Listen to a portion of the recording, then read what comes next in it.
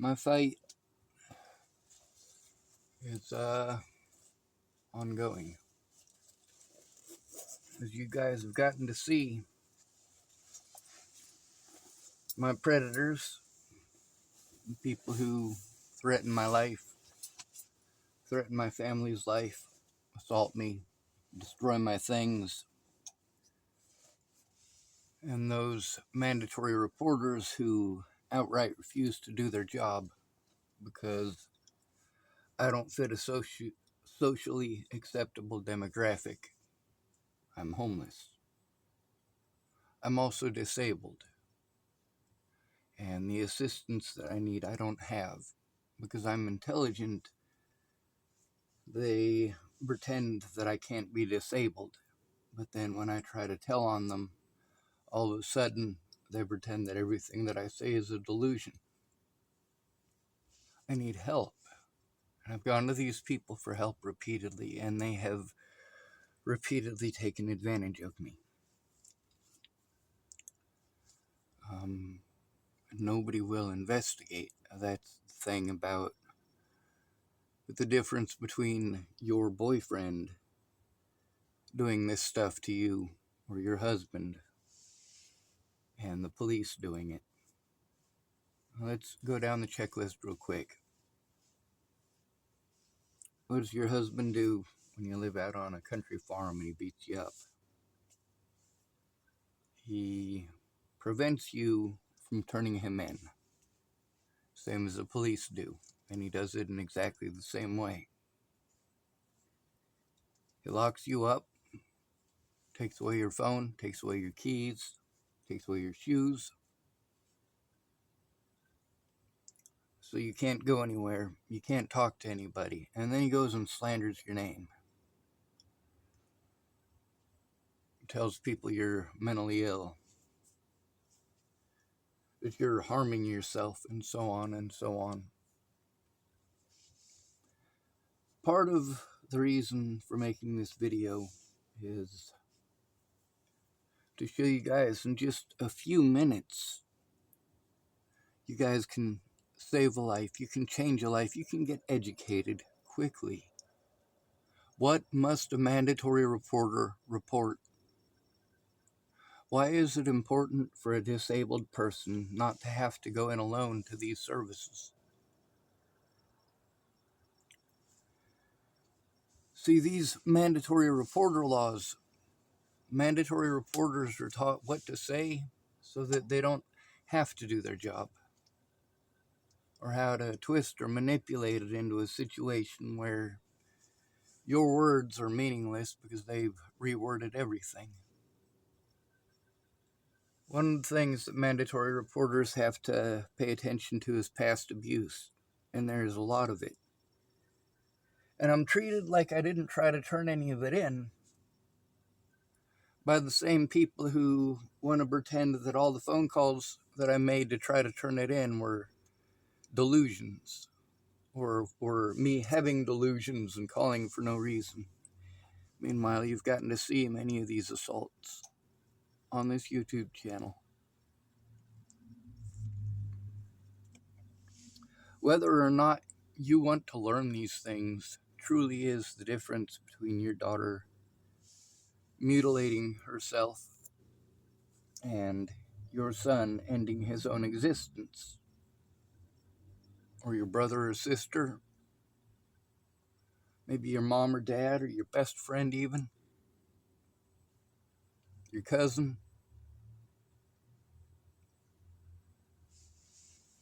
You got somebody you care about who's going through something similar to this.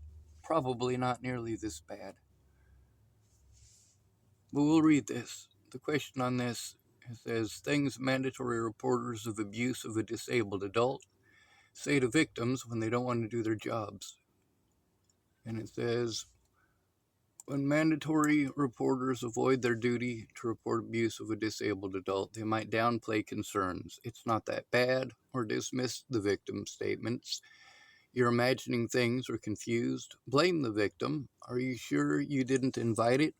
Or claim they aren't legally required to report every little thing, often ignoring the victim's immediate distress or lack of a voice, but legally they must report it if they have reasonable suspicion of abuse, like physical, sexual neglect, financial exploitation as defined by law, e.g., Oregon Revised Statute 430.735 in Oregon, even if they don't want to, as it's a legal obligation, not a choice. Also, the lack of a voice doesn't mean no voice whatsoever. It doesn't mean that you literally can't speak. It means vulnerable person, a person who is less likely to be heard, a person who is likely to be blown off or dismissed, such as somebody with a disability or somebody who's elderly. It's not that they literally can't speak. And of course, when we try to turn in abuse, when mandatory reporters avoid their duty to report abuse of a disabled adult, they might downplay concerns. It's not that bad. Well, it is that bad. What about my distress? They don't care. I mean, I've repeatedly been physically assaulted and coerced into doing things that are against my better interest and best interest. People have repeatedly threatened my friends and family in order to get me to do things that were obviously not in any of our best interest, except for trying to provide some safety for my friends and family. Now, here it says what they might say, examples of failure to report. They pretend that this is only in nursing homes for old people, and that's absolutely not the truth. It says what they might say, examples of failure to report. It's just a misunderstanding. They didn't mean it. You're getting upset over nothing. It's just how they communicate. I can't report this without proof. It's just your word against theirs. Now, you've gotten to see I've got more than enough evidence, but they refuse to look at it. You also get to hear them telling me how they believe me, they believe me, they believe me, but they never turn it in. If they make an effort, it's the most token, lazy thing long after the fact, and they want to throw everything away, every piece of evidence. Every effort that I made to turn these crimes in previously that shows that rather than doing their job, they pretended that they were stupid and ignorant, and that's not okay. This one, it says, I'm busy. I don't have time to deal with this drama. The next, and that one too, always too busy. Always talking over me too. This one says, I'll talk to the caregiver and they'll stop, ignoring the need for formal investigation. See, this is the thing about the deputies in the jail. Lieutenant Silvera was the primary instigator of all of the stuff in the jail because he was the one intentionally turning a blind eye.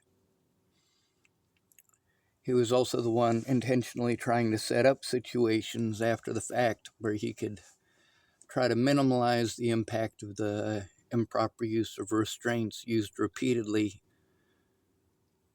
There's no reason to be treating a human being like that. It says, you're too sensitive or confused to know what happened, or it's not my job to investigate, you need to prove it. It's not my job to investigate. How many mandatory reporters have said that one here?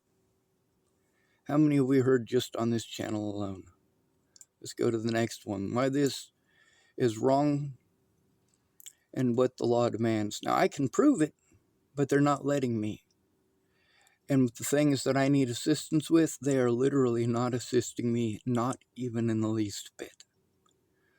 It says, why is this wrong and what the law demands? It says legal duty. Providers serving adults with intellectual or developmental disabilities, I/DD, are mandatory reporters and must report reasonable suspicion of abuse, physical, sexual, neglect, financial, etc. And I've had to go through all of those, by the way. And I'm going to obviously minimize the sexual contact because even though it was inappropriate, that's something that I'm going to get made fun of a bunch, and I really need to get my voice heard. I've spoken out about the fact that I've been abused in a lot of different ways, and people are mean. All right, so the next one says reasonable suspicion. This is really, really important, okay? This part, it says this is more than a hunch. It's based on facts suggesting abuse, even if not fully proven. Well, I've got actual video evidence. The problem is that I have to try to turn in the cops because they're the ones that sent me around in circles to begin with. It says victim's voice. Sometimes the victim can't speak for themselves, e.g., unexplained injuries, extreme withdrawal, but the reporter still has a duty. One of the other reasons for not having a voice is being talked over.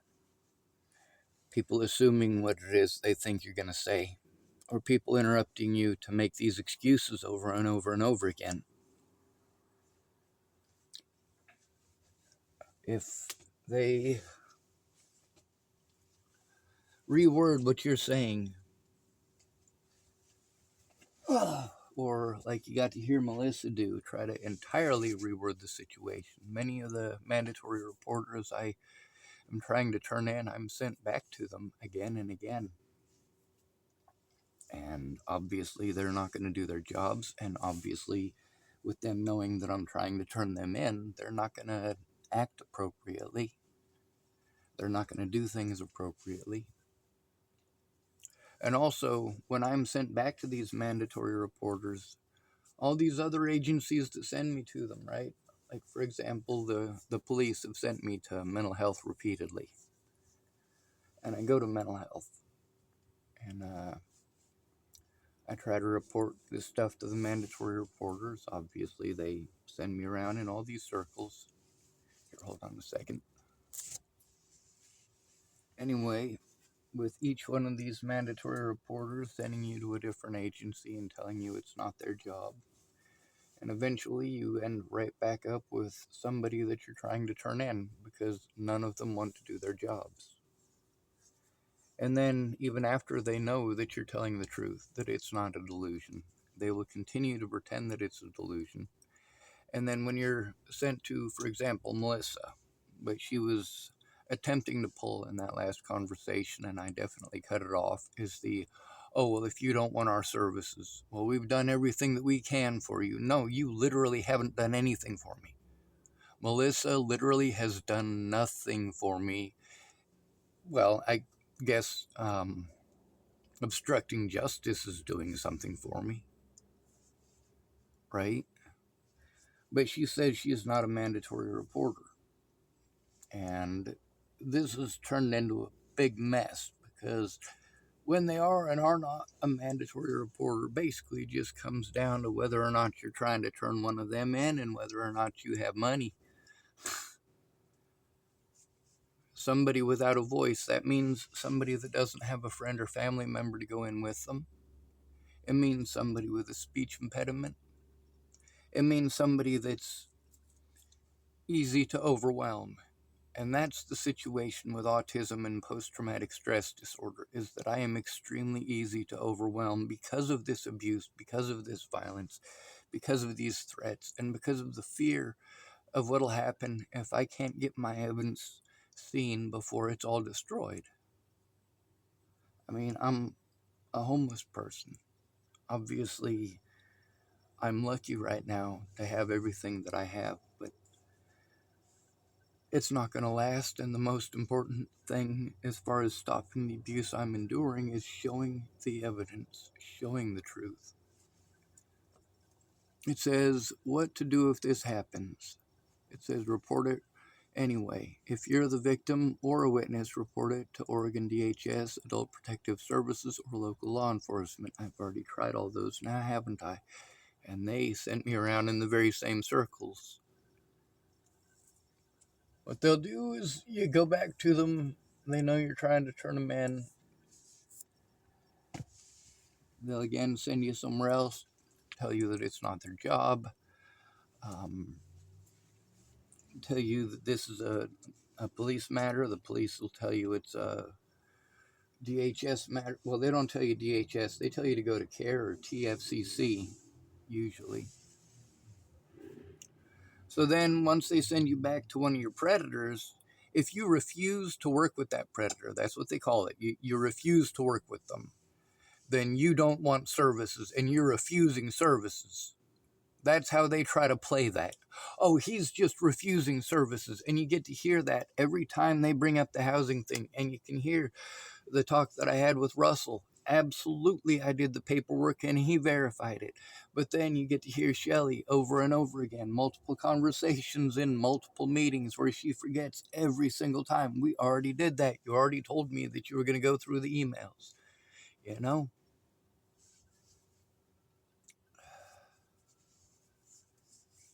And then, of course, when they give me my file, there's nothing in my file except for the intake forms.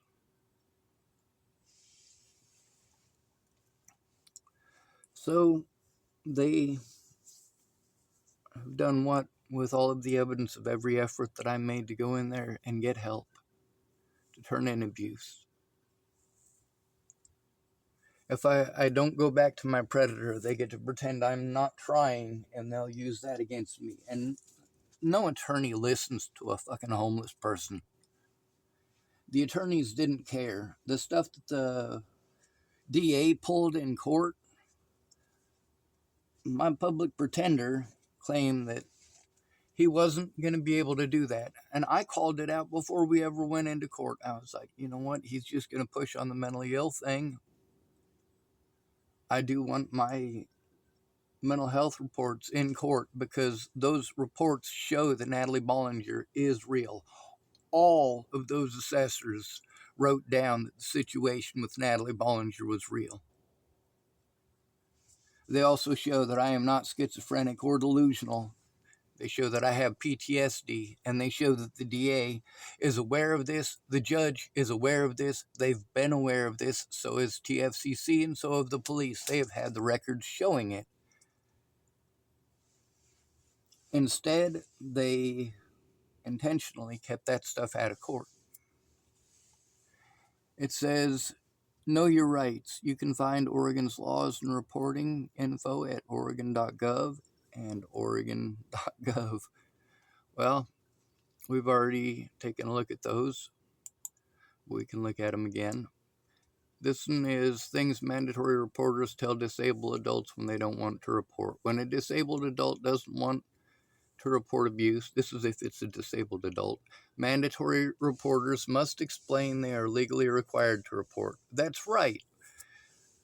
How would you know if somebody who can't vocalize does or does not want to report it? There's plenty of ways, right? But the thing is that it's not necessarily vocalization. Mandatory reporters must explain they are legally required to report, prioritize the adult safety and self-determination. This self-determination crap is used as an excuse to ignore us. It really is. Oh, you need to do it yourself. You need to do it yourself. No, we are ignored when we do it ourselves. This abuse includes in my medical paperwork.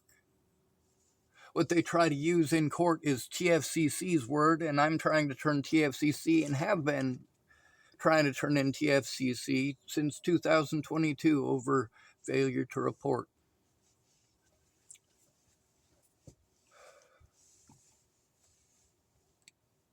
It says, gather info using open-ended questions, empathize, and connect them with support resources. You mean a phone number that'll send us to another phone number is what they mean. Like case managers, because we don't actually get case managers who do anything. It says, if we get any at all, by the way, it says, while stressing the report is for their safety, not to judge or force them to leave their abuser, as failure to report can have legal consequences for the reporter. And it goes through the things that a mandatory reporter is supposed to communicate. These are the things I'm communicating to the mandatory reporters in Oregon. I'm telling them these things. It says I have to report this because it's the law. Clearly state your legal obligation as a mandatory reporter. Obviously, I'm having to tell them that it's their job and they're still not doing it. That's why I don't have a voice. They don't care. It said, "This is about your safety." And I explained to them it's about my safety. Now, don't I frame the report as a way to prevent future harm and ensure their well being, not punish them or their abuser? Well, here's the thing is that I don't need the report to be framed, I need it to be honest. It should be about my well being and my safety, and should have been from the start. And by pretending that I'm schizophrenic or delusional, they have done everything that they can to break the law and to abuse me further and to help my abuser get away with it. It says, "I'm here to help you get support. Offer to connect them with resources like developmental disability programs or case managers." Okay, well, what do we have so far? Uh, Absolutely nothing. It says, "I'm not judging you or your choices. Assure them you won't accuse, diagnose, or judge their decisions and won't pressure them to cut ties with caregivers." So basically, it's a situation where all the things that I've been telling you they've been doing and recording them doing, and the fact that it's not legal, is here. It says how reporters should act. Be trauma informed. Use open ended questions. Be patient or prioritize their agency, control over their life. Be supportive, listen, empathize, and avoid making conclusions about their feelings or situation. Well, that never happens. Um, Sometimes they'll say stupid things to pretend like they care, then immediately after that, they say things that show they're not listening. It says collaborate, work with their existing support system, case managers, advocates, to create a safety plan. Now, that doesn't work, does it? Nobody's working together with me on this. Nobody's even trying. They don't even show up. If they do show up, they talk over me and make excuses. And it says, key takeaway: mandatory reporting for disabled adults is a legal duty to report suspected abuse, physical, sexual, financial neglect, etc. I've endured all of those, to authorities, even if the person doesn't want it reported, to ensure their safety and fight abuse while still respecting their autonomy as much as possible. Well, my autonomy is absolutely not respected. That's the only part that they actually care about, is how to take away my autonomy by using the term mentally ill. So this one right here, things of mandatory abuse against a disabled adult says when they don't want to report. See just a few different words, and they're a completely different set of AI overview. Very similar, aren't they? It says when a mandatory reporter doesn't want to report abuse of a disabled adult, they might use excuses like "it's not my place," "they seem fine," "they don't want to." That's the thing that Melissa was trying to pull. Um, if I didn't want to go directly through her, she gets to pretend that I don't want their services, I'm not trying to get help. There's also messages from Shelley showing exactly that. It says they seem fine, they don't want to, or it's just a misunderstanding. But legally, these excuses don't matter. All this stuff I've explained to them, obviously. Let's continue reading. They must report suspected abuse, physical, sexual, neglect, financial, etc., to authorities like Adult Protective Services, APS, or the Disability Rights Hotline, as failure to do so is against the law, like Oregon Revised Statute 430.735-765, and harms the victim by empowering the abuser and delaying safety, according to Oregon.gov and National Adult Protective Services Association. Common excuses and why they don't work. 1. They're an adult. They can decide. While self-determination is important, mandatory reporting laws exist because adults with disabilities may lack capacity or be coerced. The law prioritizes their safety, says Oregon.gov and National Adult Protective Services Association. Number 2, it's not a bad slash or it's not that bad slash just a little thing. Abuse includes neglect, financial exploitation, and verbal abuse, not just physical harm, and any red flags warrant a report. But what do? They always downplay it, downsize it. Or they say that they understand. It's a very difficult thing for me. I understand. It's very frustrating.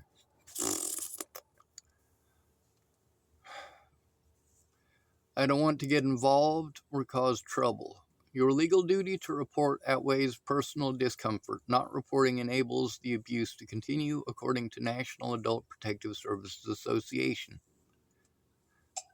The next one says they said it was okay or consensual. If capacity to consent is questionable or coercion is present, it's still reportable. The next one says, I'm not sure if it's abuse. You don't need proof. You just need reasonable suspicion to report. Obviously, the amount of abuse that I endure is very real. Obviously, it's recorded. It says what to say instead, the required action. State the facts. I observed specific behavior condition on date and time with adult's name. Now, at that date and time of each of these incidents, that would have been a lot easier. We don't always know our abuser's name. And a lot of times, like out here as a homeless person, our abuser may only assault us once, and then we never see them again. But sometimes we get people like Andrew Wolnez, or people like Chris Stafford, or people like, God, who else have I had to deal with? James Murphy, or that Molly lady, or Dalton Crawford, or any number of other disgusting people who have taken part in this. It says express concern. I am concerned about, and then it says adult's name, safety, well-being due to specific signs of abuse and neglect. Make the report. I am a mandatory reporter and am required to report suspected abuse or neglect. I need to make a report to Adult Protective Services. The law demands reporting. Mandatory reporters, caregivers, service providers must report abuse, neglect, financial exploitation, sexual abuse, and abandonment of disabled adults in Oregon and other states. The goal is victim safety, not proving guilt. You are legally obligated to report red flags per mandated reportertraining.com. See, right here, mandatedreportertraining.com. That is nice. And like I said, there's even more here, just a couple of words different in the search bar. It says why people hesitate to report. Fear of retaliation, worries about the abuser, caregiver, or the system. Doubt or uncertainty. Maybe it's not abuse or I don't have proof, but proof isn't needed, it's just suspicion. Protecting privacy, not wanting to intrude on the adult's life or self-determination. Feeling overwhelmed, not knowing how or who to call. What they should say to themselves. I have reasonable suspicion based on these facts, unexplained injury, caregiver isolating them, financial issues. My legal duty as a mandated reporter requires me to report this, especially in Oregon where laws like ORS 430.735 mandate reporting for I/DD adults. That's right, developmental disability, that includes autism. It says reporting protects the adult's right to safety, which is essential for self-determination. What to do instead of staying silent in Oregon? Call the Oregon DHS abuse hotline, contact local law enforcement. That doesn't work. Report suspicion, not proof. You don't need evidence, just a reasonable belief something is wrong. Reporting abuse against vulnerable adults isn't optional. It's a legal obligation to ensure their safety and dignity, overriding personal hesitation. Here's a good one. Are detectives mandatory reporters of abuse against vulnerable adults in Adams County, Colorado?